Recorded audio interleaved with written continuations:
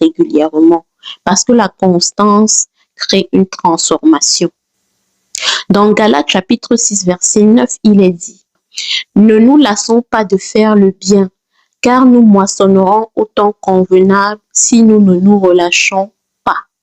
La clé, ce n'est pas d'attendre d'être prêt. La clé, c'est de commencer même quand tu ne l'es pas. Parce qu'au final, la discipline spirituelle précède toujours la puissance spirituelle. Maintenant que tu comprends que la prière doit dépasser tes émotions, on va voir la deuxième solution. Cette solution-là est vraiment chère à mon cœur parce que c'est celle que j'ai commencé à mettre en pratique très récemment. C'est une prière qui doit dépasser tes émotions. Et on va le voir dans la deuxième solution.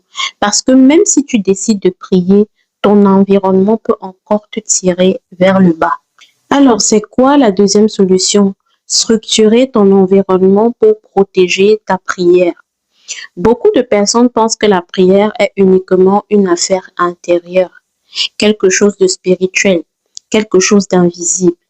Mais il y a une réalité que la théologie et l'expérience spirituelle confirment. Ton environnement influence directement ta vie de prière. Tu peux avoir la volonté de prier, tu peux avoir l'intention de prier, tu peux même avoir la discipline.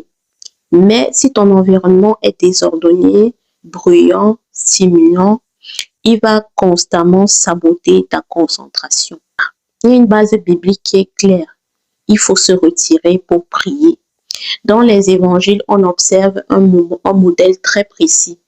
Jésus-Christ ne priait pas n'importe comment ni n'importe où.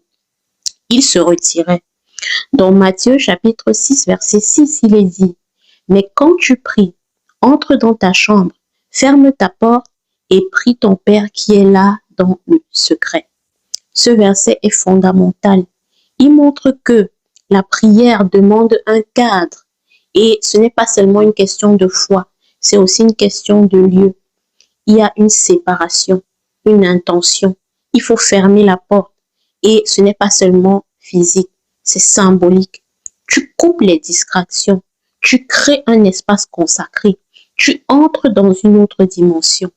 Dans les facultés de théologie, notamment à l'Université catholique de Louvain et à l'Institut catholique de Paris, la prière est étudiée comme une réalité incarnée.